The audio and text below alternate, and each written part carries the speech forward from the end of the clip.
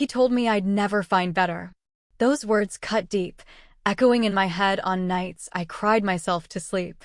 He made me believe I was small, disposable, and unworthy of real love. What I didn't know was that betrayal would eventually set me free. And when freedom came, it came with a twist no one could have predicted. Today, I stand next to someone who respects me, values me, and yes, happens to be his boss. But how did I get from heartbreak and humiliation to this unexpected ending? Let me take you back to where it all began. I grew up believing in the kind of love that never faltered. My parents, though imperfect, had shown me resilience in marriage, sticking together through thick and thin. So when I met Daniel in my early 20s, I thought I had stumbled into my own forever. He was charming, confident, and ambitious. I was young, hopeful, and maybe a little naive. He had this way of making the world feel bigger, of making me believe we could build something extraordinary together. At first, everything seemed perfect. We spent weekends discovering hidden cafes, dreaming about the future. He would talk about his career in finance with fiery passion, and I listened, captivated, as if he held the map to our destiny. I supported him in every way I could, late nights waiting up with dinner, helping edit his reports, and offering encouragement when deadlines piled up. I thought I was building us. But as months turned into years, cracks began to appear. The late nights at work weren't just late nights. The phone calls he took in hushed tones weren't just about numbers. I noticed how his compliments turned into criticisms, small jabs that grew sharper over time. My outfits were too plain. My ambitions were unrealistic. My circle of friends, according to him, was a distraction. Slowly, without realizing it, I was shrinking myself to fit into the mold he wanted. Still, I held on. Because when he looked at me with those confident eyes and said, "No one will ever love you the way I do," I believed him. And when he followed it with, "You'll never find better," I feared he was right. I tried harder. I cooked meals he barely touched. I picked up more responsibilities at home so he could focus on work. I buried my own dreams in the shadow of his. My world revolved around keeping him happy, though his happiness seemed to live somewhere beyond my reach. What I didn't know was that betrayal was brewing silently in the background. And soon, the world I thought I was protecting would shatter. The unraveling began slowly. I noticed changes in his routine. He grew distant, detached, his laughter reserved for phone calls I wasn't privy to. When I asked, he brushed it off with irritation. "Work stress," he said. But deep inside, I knew it was something else. Then came the night that confirmed it. A friend of mine spotted him at a restaurant across town, hand in hand with another woman. When she sent me the picture, my body went numb. My first instinct was denial, but denial quickly burned into rage, then collapsed into sorrow.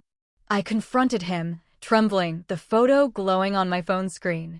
He didn't deny it. He didn't apologize. Instead, he smirked, almost relieved. "You should have known," he said. "This was never enough for me. You were never enough." That night, I broke. Not just from the betrayal of infidelity, but from the betrayal of every promise, every dream, every word of love he had once spoken. I packed a bag and left, though the voice in my head whispered his cruel words, "You'll never find better." The weeks that followed were heavy. I moved into a small apartment, worked long shifts, and tried to rebuild myself piece by piece. But his shadow lingered. I saw him everywhere, in old photos, in familiar streets, even in the silence of my new home. And then, in the most unexpected way, my life intersected with his world again. It began at a company dinner. I had taken a temporary job as an assistant for a corporate event, desperate for income. That's when I met Richard, Daniel's boss. Tall, commanding, yet kind in a way that felt disarming. He introduced himself with warmth, asked about my work, and actually listened. Unlike Daniel, who had always made me feel small, Richard spoke to me as though my words mattered. Over the weeks, I saw more of him. At first, it was professional emails, schedules, logistics. But gradually, I noticed the difference in the way he treated people. He was firm but fair, respected but approachable.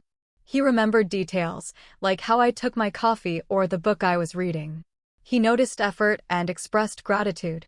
I wasn't looking for love. My heart was still raw, healing from betrayal. But slowly, cautiously, Richard became a steady presence, reminding me of what kindness looked like, of what respect felt like. And the more I healed, the more I realized that Daniel's words had been a prison of lies. The climax came in a moment I couldn't have scripted if I tried. It was another company event, a high-profile dinner attended by executives and their partners. I was there with Richard, now not just his assistant but his partner in life, though we had kept things quiet out of respect for professional boundaries. And there he was, Daniel.